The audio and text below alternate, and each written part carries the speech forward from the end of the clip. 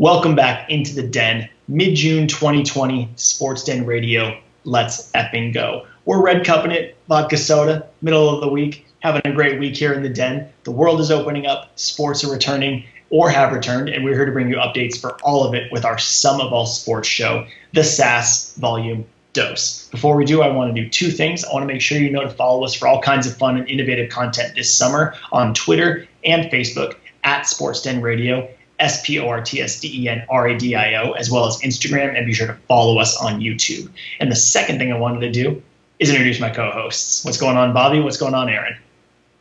Thanks for having me again, Sammy. Happy to be here for episode number 2. We're in this point where now we're just waiting, and people are excited, but also horrifyingly scared that we may not get the sports we want. A lot of emotions. How are you feeling, Aaron? I'm just happy to be here with you sports fans today. I have all the UFC I can take, so doing great. Well, if you want to just start loading that UFC on us, we will kick things off with Ultimate Fighting Championships. What is going on in the world of UFC, Steve? So with all the sports missing, right, we're just seeing UFC every weekend. But even better, it's better than zero. Right? I mean, it's just a question of, hey, they're taking full advantage. Dana White loves to talk about every time, the other sports places can't get out there. We're happy to fill up the cards, the nights. And you know what they're going to be filling up soon? Fight Island. Ow, ow! Let's go. That's going to be great. I mean, he's so sick for having done that in the first place. Oh, yeah, the fact that he didn't think to be able to find a place to do this. And they said, well, we'll get a private island, and it's going to be in Abu Dhabi. So with the way the fights have been working so far, and they've had a ton of them, it's all been U.S. domestic fighters or international fighters who were here. This being in Abu Dhabi, it's like a hub for all these international fighters who haven't fought. There will, however, be one noticeably missing fighter, and we were talking about before the show. Conor McGregor, after UFC 250, said he's hanging up the gloves. For sure. This is the third time, right? Oh, no, it's his first time, but you're on the right track. He's taking a page out of Floyd Mayweather's book. He retired 3 times and came back every time to a higher paycheck. So Conor's like, hey, that looks pretty good. Why not, right? Exactly. We say Conor retiring. We say, sure, Jan. Yeah, we totally believe you, buddy. I mean, and let's be honest, he's taking out Floyd Mayweather's book. Where did Floyd learn retiring is the way to become the GOAT? Michael Jordan, right? I mean, that guy, he left for 2 years, and now it's all about what could have been if he had been there those 2 years. You can imagine, right? And that's why, like, the Jordan legend is forever. And I think Floyd learned it from him, and Conor's like, hey, sure thing, let's do that. 2 respective GOATs. And speaking of Jordan, let's talk NBA. We are close-ish, maybe, probably, who knows, to having some NBA basketball next month. Or are we? What's going on, Bobby? That's the biggest question. I think we're going to have NBA basketball, but who's going to be there is going to be the bigger question. So as most of you probably know, NBA will be coming back next month. They're the league with the biggest plan in place and have the quickest possible timeline. So what they're looking at is 22 of the 30 teams will be in attendance in Orlando at the ESPN Wide World of Sports complexes. Are my Knicks going to make it? Got to get my arm ready, to try for the team? Unfortunately, if they're in the bottom 8, which they are, they will not be invited.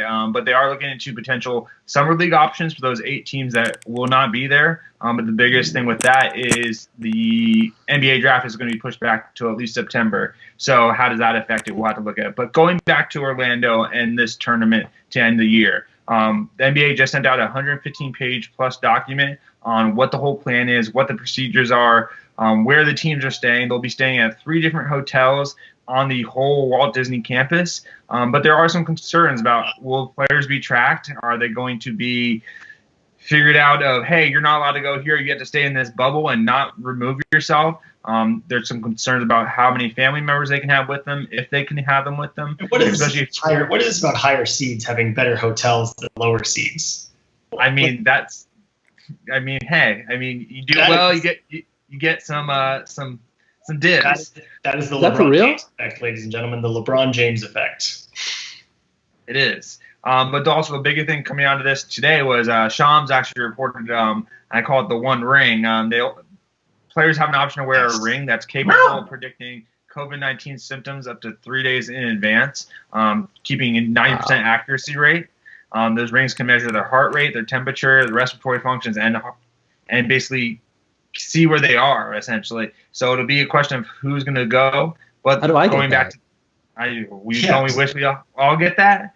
But there is that question with the group of the coalition that is currently potentially fighting going to Orlando. That's players like Kyrie, Dwight Howard, Avery Bradley. They've asked the NBA to provide some background on what they're going to do for the movements that are gone, and also how they're going to protect the players. Yeah, I heard the rumor of the Nets going off and starting their own NBA league is how. Like the Suge Knight style, right? People bought into that idea like it was a real thing. Like they could take 12 people and start their own league. So I don't know. I never personally bought into that. There's already other leagues out there. Like Suge Knight started a league. They have the league where they have 4-point shots now. I mean, for like retired players. Big Three is great. Right? Yeah. So Ice Cube runs it. It's a great league. So I mean, I think there's potential for them to break off in the future. But let's be honest, like the NBA is still king. It's like XFL to NFL, right? Like they're not breaking off. They're not breaking off if they want that NBA money. That is for absolute certain. Speaking of green, let's move to the pitch. Soccer is back. Blessings. Actually, a sport has returned. We've watched live matches. Our eyes are not deceiving us. We are watching actual sports happening on the tele. It is just absolutely outstanding. Premier League came back this week. We saw Sheffield United get robbed, absolutely robbed. The goalie was standing with the ball in his own goal and even went to VAR, and somehow that one didn't make the cut. And then Man City, of course, thrashed Arsenal 3-0. But Steve, our resident gambling expert, I would tell you this. I was asked before the game, would I take the over on 3.5 goals in that game? To which I said no, because I thought one of the teams would have been sluggish coming to the games, and getting 4 goals seemed ambitious for the first game back, as seen by Sheffield 0-0. Man City got 3 of their own, but Arsenal'd. So one correct call, if only I bet my own money on it. But some happy persons out there. Next time, let me know. Yeah, for sure. I'm 1 for 1 to start to finish the soccer season, and we all know Liverpool's 2 games out of 9, 2 wins away from clinching their first ever Premier League title since it became the English Premier League over 30 years. My first 11 years as a fan here have had 0 titles besides last year's Champions League, so this is going to be very exciting if we can pull it off. So, are either one of you getting back into the return of soccer at all? Yeah, I mean, I'm looking forward to Friday and Saturday's lineup in terms of the Premier League, but it offers a great opportunity for us as Americans to get more into the soccer and the football aspect of it. But when you look at us in America, MLS is also coming back. They have a plan to have a tournament in Orlando at the ESPN Wide World of Sports. Where else would you go? Where else would you go? Which does add some complications, I think, with all the NBA issues as well as previously discussed. But it provides a unique opportunity for the U.S. To have another sport that is going to be more in the foreground. Definitely. I mean, can we just say, let's just take a step back here. As we said on our last show, it's Florida. Like, they're in Florida. Like, something's going to go wrong. They're building this big dome. All I keep seeing is Paulie Shore and Stephen Baldwin, Biodome style, showing up uninvited and messing it all up, getting everyone sick or who knows what. You know, like, you're going to lose soccer, you're going to lose basketball. What do you? I mean, am I wrong here? It's Florida. We all know Florida's the state who would have screwed it up if anybody. This is the state known for the ability to type into Google Florida man and then your birthday and have some wild Florida man in the past having done some sort of heinous activity on your birthday. For example, I'm pulling my birthday up here. Yes. June 27th, my birthday. Naked Florida man stood in a fire and chanted gibberish. Mushrooms did it, the cops say. Of course, obviously. And that's what we have to look forward to with all of our NBA and soccer games going on in this Florida bubble here. I need to check this. I think I like mine as well. The Florida man Rex Liquor Shop blames hookah smoking caterpillar. Obviously, that's who would have done it, definitely. And of course, mine has to be, man has bad reaction to meth and felt the best plan of action was to ask the cops to help him test his drugs. Yes. One more sport. We're going to take a quick break, but one more sport before we do so. We're going to talk about golf. And we all know before we left off here, we were getting excited for that Tiger and Peyton versus Phil and Brady matchup, where one of us seemed to have thought that, it was going to be Tiger and Peyton who got it done, and someone had their money on, Phil and Brady. I forget which one it was. It was one of you guys. I'm sure I'll find out very shortly. Phil's still my boy, and right after this ended, I said, you know what? He did great. Tom Brady doesn't play golf normally. I put $25 at 40-1 for him to win the Masters. So I'm staying on my horse. I'm sticking with Phil Mickelson. What's really cool about golf, like there are so many like amazing young dudes in this sport who are going to be so good for so long.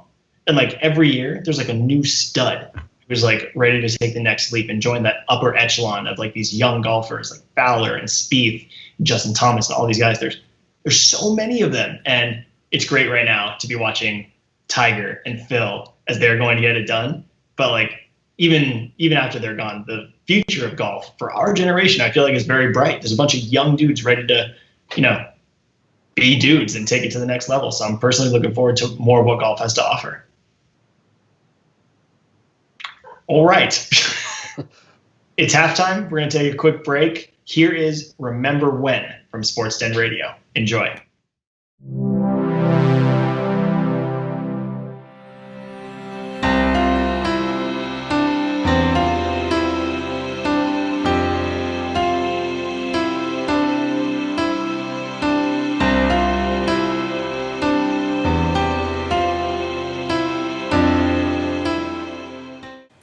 Remember when Francis Zidane decided to be a butthead and headbutt? I don't know the guy's name.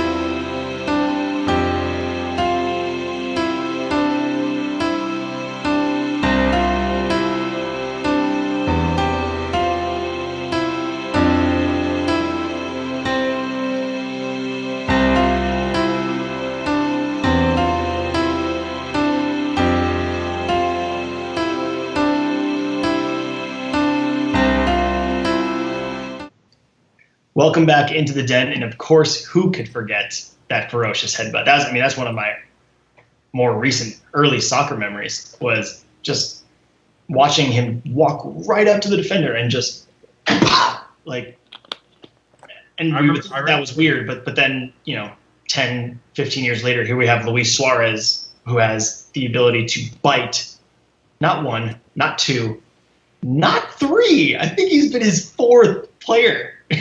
That type of person should be straitjacketed. You can't just go around biting people, which, these soccer people are a different breed. We alluded earlier that we were disappointed by the state of baseball. And just like the rest of you guys, we are very much so disappointed by the state of baseball. With every passing moment, it seems more and more like the ownership and the commissioner are, trying to screw the pooch here and just worried about their money and not the players. But then the players are saying things, and then there's going to be baseball, and Manfred said, but the players disagree. It's a back and forth that really, really, besides not having sports, besides not having baseball, ruined the chance. We're talking earlier about these young fans who are desperate for something. What about America's pastime? It could have been it. And it's about to be in the past. Unfortunately, that's where it's going to get left. The football is going to be back, hopefully. Soccer's already back. NBA is coming back. Baseball screwed this chance majorly. No, definitely. Have you guys ever been on a ride where you just want to get off because you're going to get sick, but the ride's not ending anytime soon? That's kind of how baseball feels right now. It's literally a roller coaster of a ride each day. It seems like we get good news followed by bad news every single day. Thankfully, it seems like we may be coming round in the corner, round in third, so to speak, maybe round in second. We may be a little further away than we think. But so someone's in the batter's box, maybe. Someone might be in the batter's box. If someone's in the stadium, we're making progress. In business. So what's at the heart of this? What is the issue? It's the prorated salary. So back in March, players agreed to a prorated salary based on the number of games that were played. Thus, the more games that are played, the more the players get paid. The owners, the more games that get played, the more money at the shell out that they don't necessarily aren't bringing in with no fans in attendance likely. So that's where this back and forth is. So with Tony Clark, the MLBPA exec director, they've rejected most of the agreements. They went on a hiatus earlier in the week, and we're like, no, we're not going to argue about this anymore. You tell us when and where, and we'll be there. Because really, there's no way for the players to actually go on strike and to not report. So the commissioner has all the power he has all the power to say, hey, we're going to have a 50-game season. That's it. Report, or you don't get paid.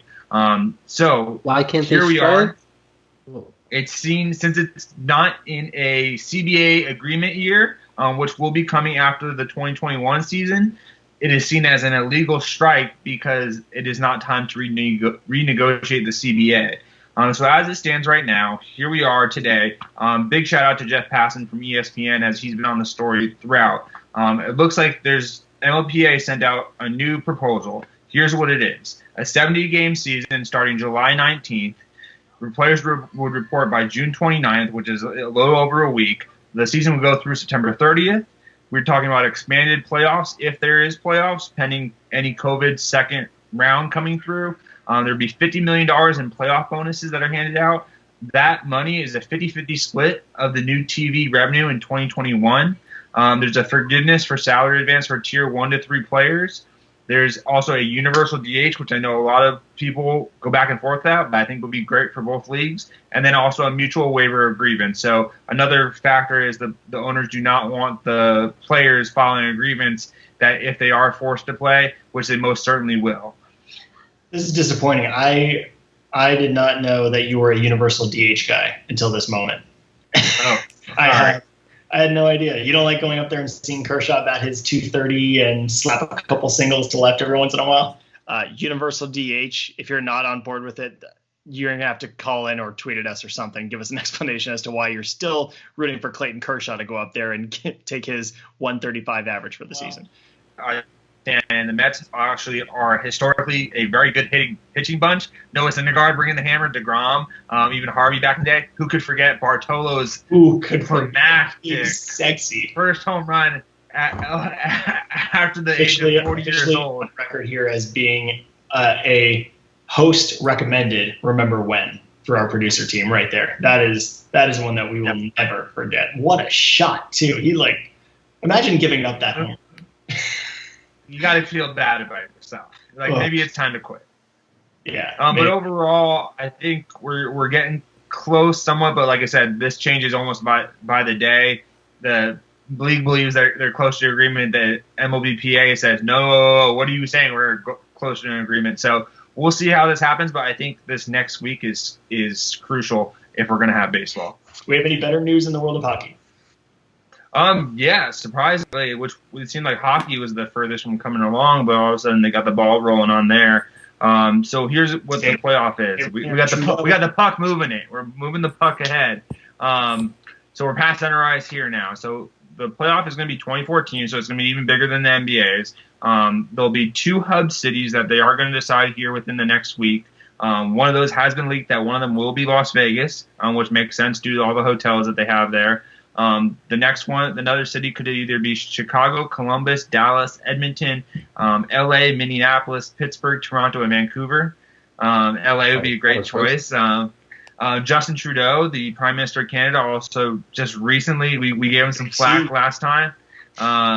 He recently came out and said Canada would be interested as long as they are given approval from the health minister there to actually be a hub city. So it would be interesting to see if Canada opens up their borders and takes down that 14-day quarantine for the players that would be going there. The report date that they're giving out now is July 10th for training camp, with the season to likely resume probably in early August. So how's that going to work real quick? There will be 5 rounds. The first one will be the qualifying round. The top 4 seeds from each division, the East and West, will get byes in the first round. From there on, it'll be 7-game series, and the seeds will be the seeding will be reordered after each. So it won't be your normal. If an 8 upsets a 1, they're going to have to play. Instead, they're going to have to play the highest seed. They'll have to play the 2 if the 2 moved on. So you're going to have to go through a gauntlet to truly win the year's Stanley Cup. It sounds great for my St. Louis Blues, right? They're getting a bye in the first round. They're going to get reseeded, staying away from the top teams till they have to fight them. I mean, this is great. Great news. Great report, Bobby. Thank you very much. Yeah, good report. All of us at Sports and Radio, number one thing we're rooting for here is for Steve to win his double Kansas City bet. Chiefs and of course, we're sentimental about the Raider Nation here and talking about the Chiefs. Great news. But starting to talk about the Chiefs, let's talk football. Football is on the way back, but players are getting sick. And again, who knows? What do you got, Bobby? Yeah, I mean, I think the good thing about the NFL is they were not in the middle of the season when all this happened. So they're having months and months of time to prepare and get this together. But as you said, recently in Texas, it's a huge slew of cases. There are several players on the Cowboys, several players on the Texans, 6 additional players at the University of Houston, 13 at the University of Texas that also tested positive or were presumptive positives. So this epidemic is not over yet, and it's clearly affecting. And as colleges start to come back together and do workouts, they're going to find that that's going to be a hurdle. And likewise, the NFL, like you will, is in turn as well. So it'll be interesting to see how the league handles it. The CDC director, Anthony Fauci, came out and said that he doesn't see football as being possible this year unless it's in a bubble, just like the NBA. But when you look at the NFL, they're not built to do anything like that.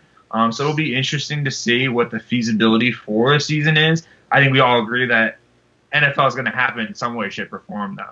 Yeah, 100%. I mean, this is the one sport that, America just runs on.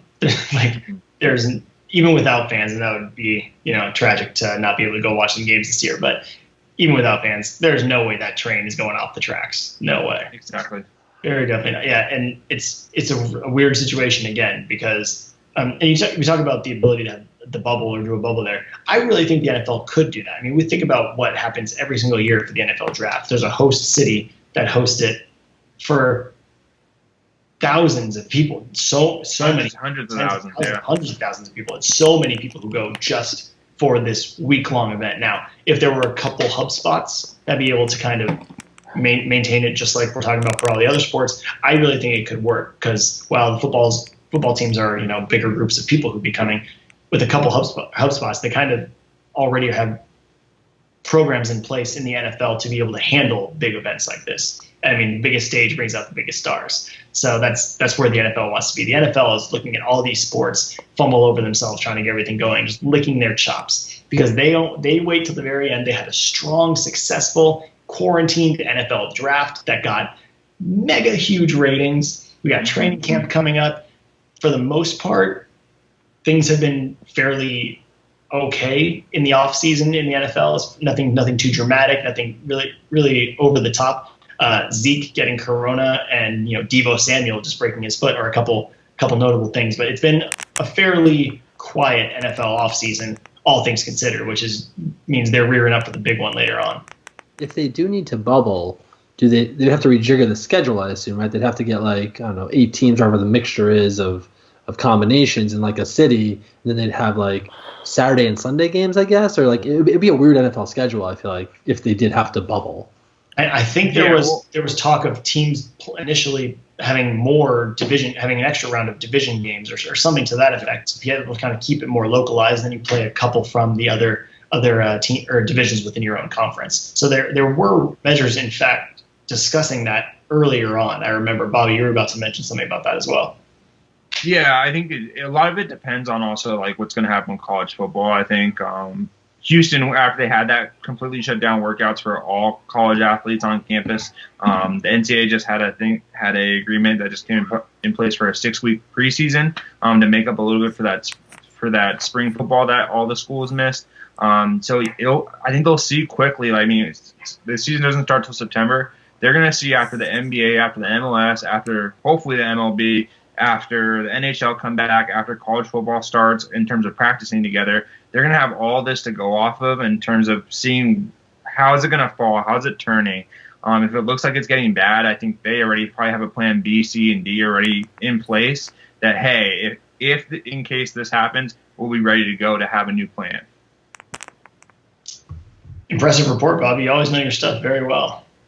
Right. I know we missed a couple sports today, NASCAR included. But we'll be sure to cover those and the other ones we missed next time on the SAS Numero Trace. Be sure to follow us again at all of our social media on Facebook, Twitter, and Instagram at SportsDen Radio, SportsDenRadio, and subscribe and follow our YouTube channel where you'll be finding this and all the rest of our excellent, great content. Give me a final thought from both my co-hosts. We'll start with you, Bobby.